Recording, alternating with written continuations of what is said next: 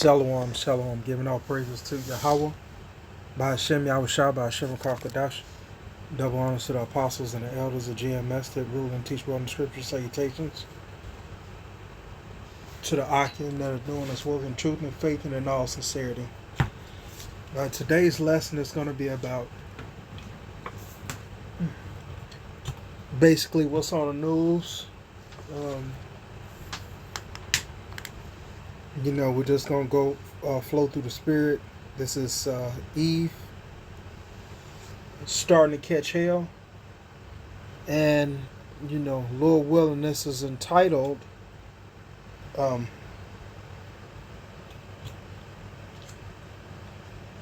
Eve reaching the end of her contract. And so with that being said, we have a lot of things obviously that are going on in the earth right now.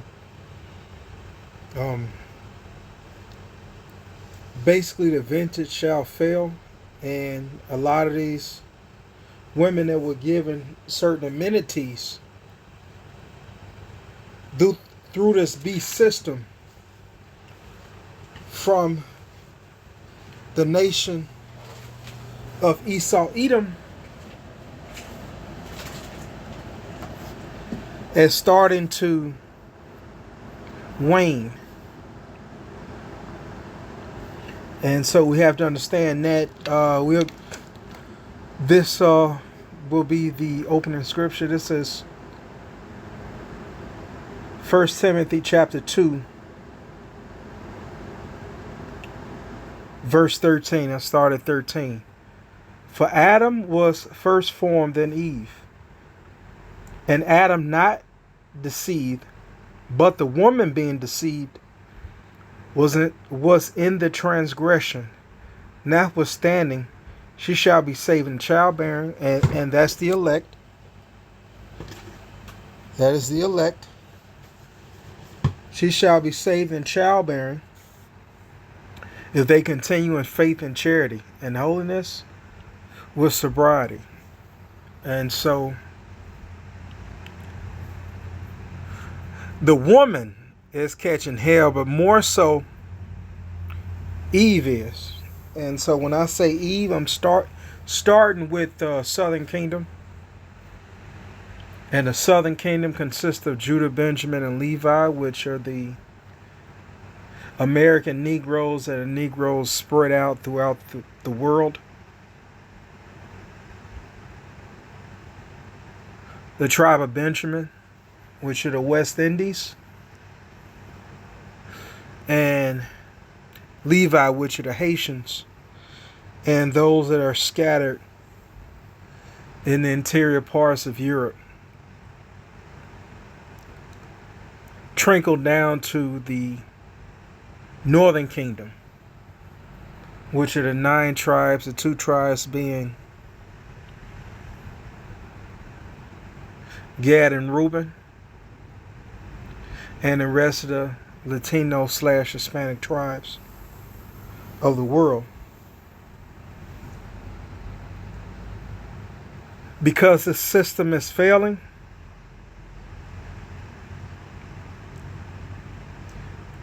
you were a key player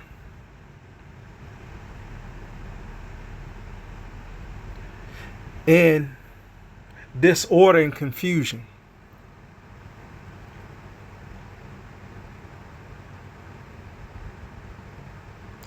So as a result of being in disorder and confusion, you're going to face the brunt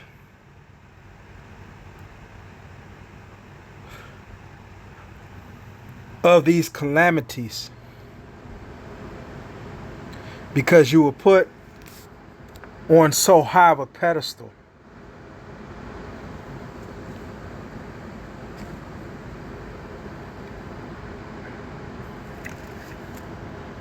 Being put so high on a pedestal,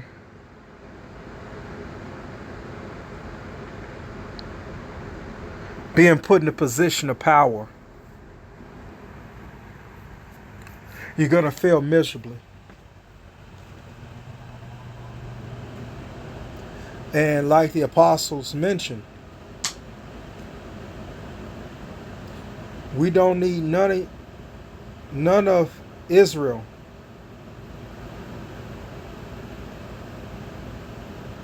the women of Israel to bring back the nation. Not one woman is needed to bring back or bring forth the nation of the children of Israel. So with that being said, if you are not elected, you are not chosen of the first fruits, you're going to perish in a miserable way.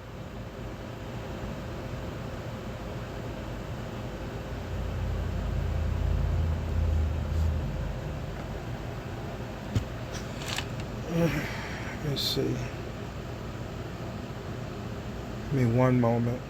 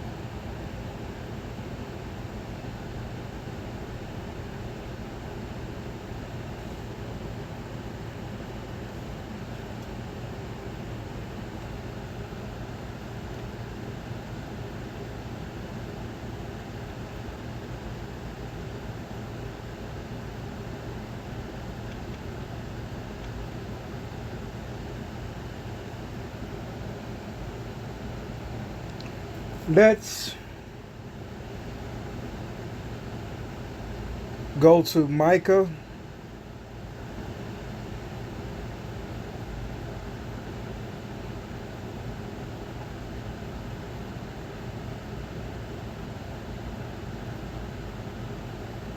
chapter 7,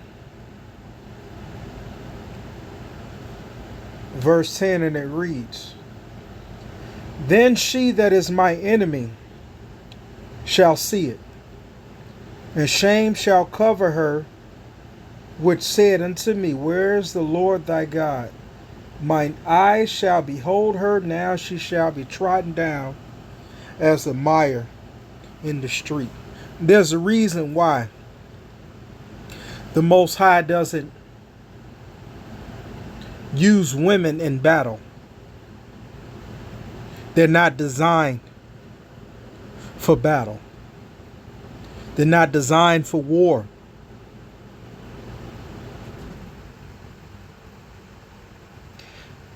Women have a menstrual once a month. And during that time, she is most vulnerable and susceptible to all the animals and the predators on the land, as far as beasts are concerned. Because most animals can smell blood a mile away or more. In that day,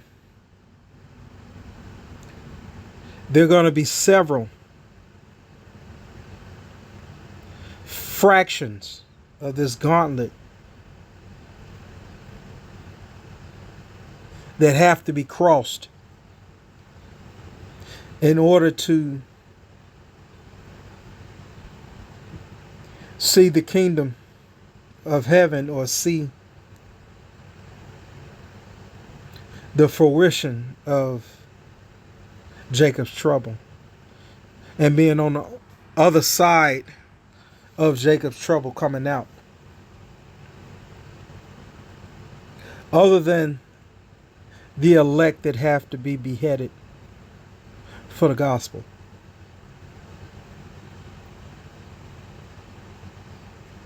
So with that being said, the false pride and confidence of a woman going into war is exactly what it is, as false pride and false confidence.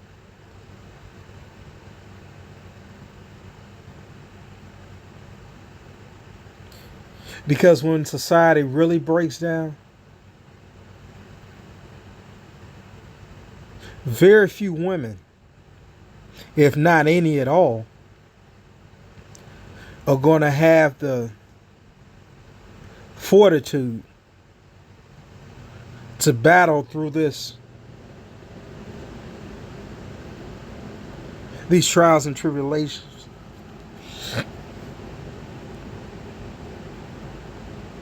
That will befall the earth as well as Babylon the Great.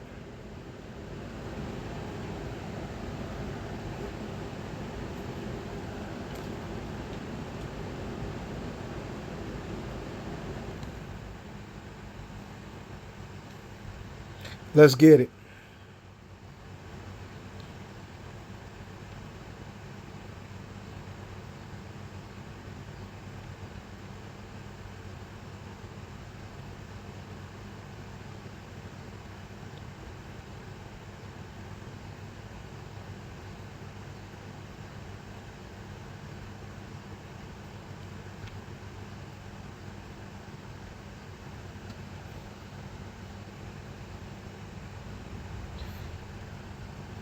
Let's go to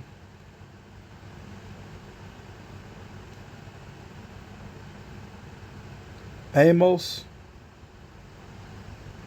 chapter 5, verse 19, and it reads, okay. Well, let's start at 18. Okay, this is Amos chapter 5, verse 18. And it reads, "Warn to you that desire the day of the Lord, what end is it for you?" Okay, those are your Christians, and everybody think that this transition is going to go lightly. Okay. Those that believe this transition is going to go lightly is sadly mistaken. This transition, or this world, is going to come to a screeching halt and an abrupt end through violence and turmoil.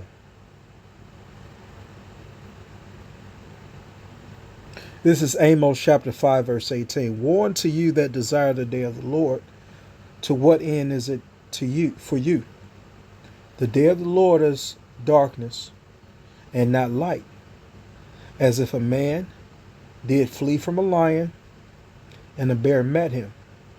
Okay, so these calamities are going back to back.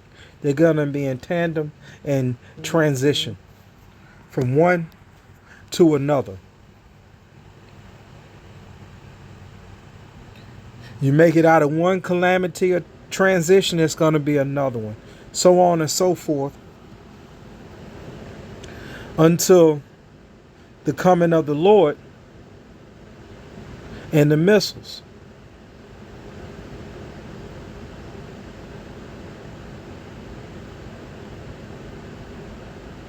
This is what Jacob's trouble is all about. The separation of the wheat and the tares.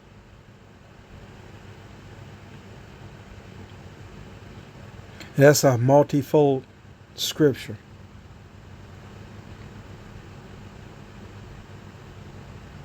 Just like the apostles say, you got spiritual tares. You got those that are of the circumcision of Israel, but they're the 2/3. So the Lord is going to recycle them into the kingdom. They won't transcend or transition. They're going to be recycled into the kingdom as newborn babies.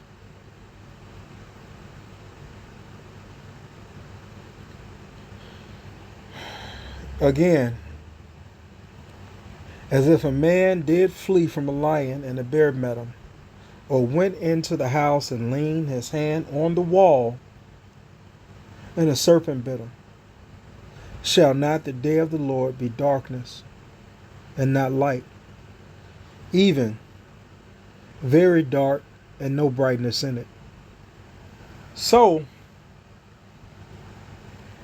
we as men of the Lord we really can't wait, because that's our ticket out. It's through the mud.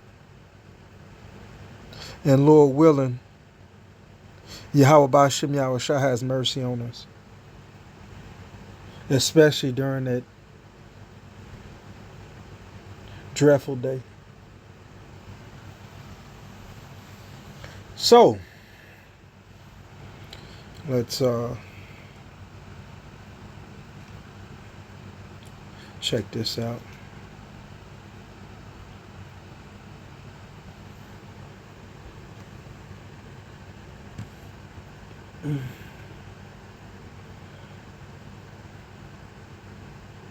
And what you see on the screen is, of course, a depiction of Satan holding the apple, but we know in reality that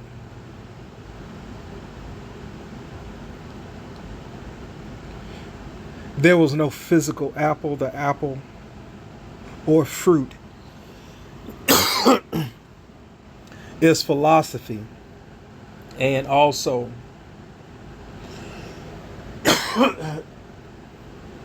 coined the term of meaning.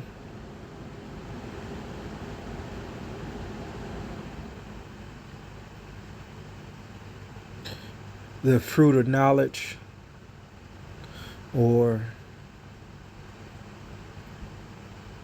some along the lines of the sorts of that. Okay, this Eve was tricked because she was a weaker vessel.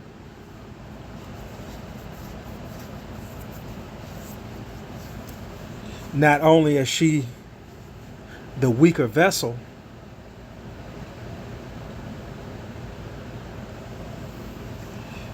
but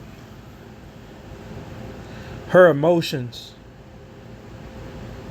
and her feelings were catered to. And she was led and deceived through her emotions and feelings.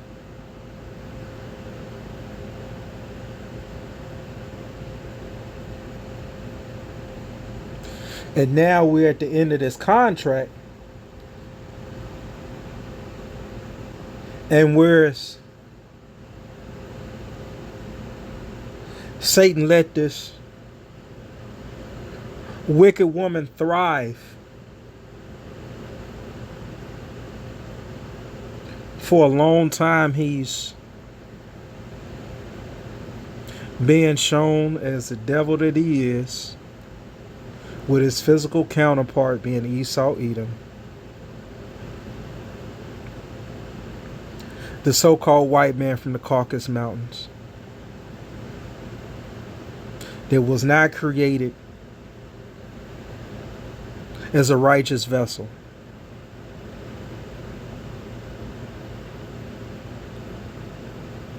Now we at the end of the contract, this woman is going to be punished. Let's get it.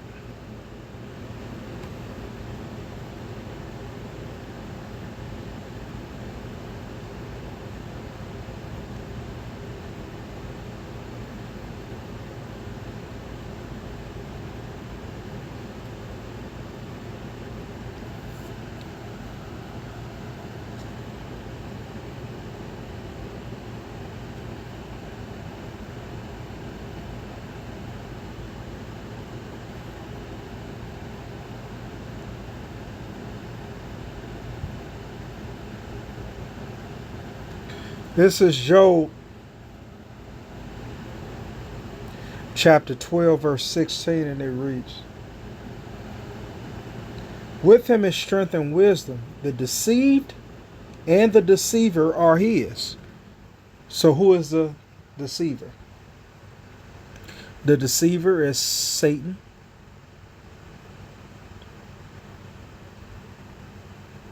And he used Esau Edom, where his physical counterpart is Esau Edom on the earth. And with that, he used Eve, and Eve deceived Adam. So on a larger scale, going back to the garden, the deceiver is the wicked, and the deceived is the righteous. But on a more carnal sense, the deceiver would be Esau Edom, and Eve would be the one that's deceived. But both will pay. And more tellingly, the wicked of our nation will pay. The other nations are, for the most part, extras in the movie. You have the good guy versus the bad guy. And so, as we all know,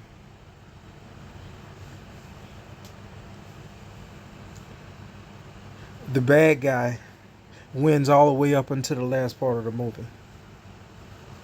He wins in more than 80% of the movie. That's a story for your ass. He wins in more than 80% of the movie. But the last 15 to 20%, that's when he get the brakes beat off of him. And that's what we're coming into. We're coming into the last part of this movie, where it's Esau Edom, the wicked of Eve, as well as the other nations, are going to get the brakes beat off of them in the last 20% to 15% of this movie. Then there will be a new book and a new sheriff in town. Where's the righteousness endure forever?